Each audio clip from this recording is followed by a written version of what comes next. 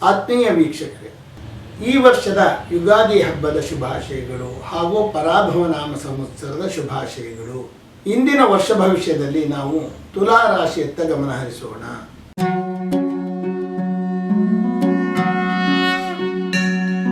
ಮೊದಲಿಗೆ ಆದಾಯ ವ್ಯಯಗಳನ್ನು ನೋಡೋಣ. ತುಲಾ ರಾಶಿಗೆ ಆದಾಯ 5, ವ್ಯಯ 14, ಆರೋಗ್ಯ 4, ಅನಾರೋಗ್ಯ 5, ರಾಜಪೂಜ 3, ರಾಜಕೋಪ 5, ಸುಖ 6, ದುಃಖ 3. ಅಂದರೆ ನಿಮ್ಮ ಆದಾಯಕ್ಕಿಂತ ಖರ್ಚು 2.5 ಪಟ್ಟು ಹೆಚ್ಚಿರುತ್ತದೆ. ಈ ಬಗ್ಗೆ ಸ್ವಲ್ಪ ಎಚ್ಚರ ವಹಿಸಿರಿ. ಮೊದಲಿಗೆ ಗುರುವು 9 ಮತ್ತು 10ನೇ ಮನೆಯಲ್ಲಿ ಸಂಚರಿಸುವನು. ಶನಿಯು 6ನೇ ಮನೆಯಲ್ಲಿಯೂ ರಾಹು ಬುಧ 5ನೇ ಮನೆಯಲ್ಲಿಯೂ ಇರುತ್ತಾರೆ. ಇದರಲ್ಲಿ ನಿಮಗೆ ಹೆಚ್ಚು ಕ್ರಿಯಾಶೀಲತೆ ಇರುತ್ತದೆ. ಆರ್ಥಿಕ ಸಲಹೆಗಾರರಿಗೆ, ವ್ಯಾವಹಾರಿಕ ಸಲಹೆಗಾರರಿಗೆ ಬಹಳಷ್ಟು ಅವಕಾಶ ಮತ್ತು ಸಂಪಾದನೆ ಇರುತ್ತದೆ. ಸುಗಂಧ ದ್ರವ್ಯಗಳನ್ನು ಮಾರುವವರಿಗೆ, ಅಲಂಕಾರಿಕ ಬಟ್ಟೆಗಳನ್ನು ತಯಾರು ಮಾಡುವವರಿಗೆ ಹೆಚ್ಚು ಲಾಭವಿದೆ. ಶಾಲಾ ಕಾಲೇಜುಗಳನ್ನು ನಡೆಸುವವರಿಗೆ ಹೆಚ್ಚು ಅನುಕೂಲವಿರುತ್ತದೆ. ಆಭರಣ ವ್ಯಾಪಾರಗಾರರಿಗೆ, ವಸ್ತ್ರಾಲಂಕಾರ ಮತ್ತು ಕೇಶಾಲಂಕಾರ ಮಾಡುವವರಿಗೆ ಹೆಚ್ಚು ಕೆಲಸ ದೊರೆತು ಆದಾಯ ಹೆಚ್ಚುತ್ತದೆ. ಕುಟುಂಬದಲ್ಲಿ ನೆಮ್ಮದಿ ಕಾಣಬಹುದು.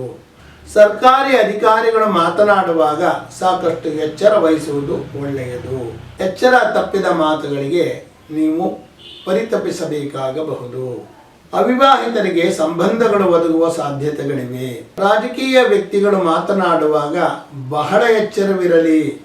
ಒಂದು ಎಚ್ಚರದ ತಪ್ಪಿದ ಮಾತು ನಿಮಗೆ ಸಾಕಷ್ಟು ನೋವುಂಟು ಮಾಡುತ್ತದೆ. ಎಲ್ಲ ರೀತಿಯ ಕಲಾವಿದರುಗಳ ಆದಾಯ ಉತ್ತಮಗೊಳ್ಳುತ್ತದೆ. ಮಕ್ಕಳ ಅಭಿವೃದ್ಧಿ ಸ್ವಲ್ಪ ಉತ್ತಮವಾಗುತ್ತದೆ.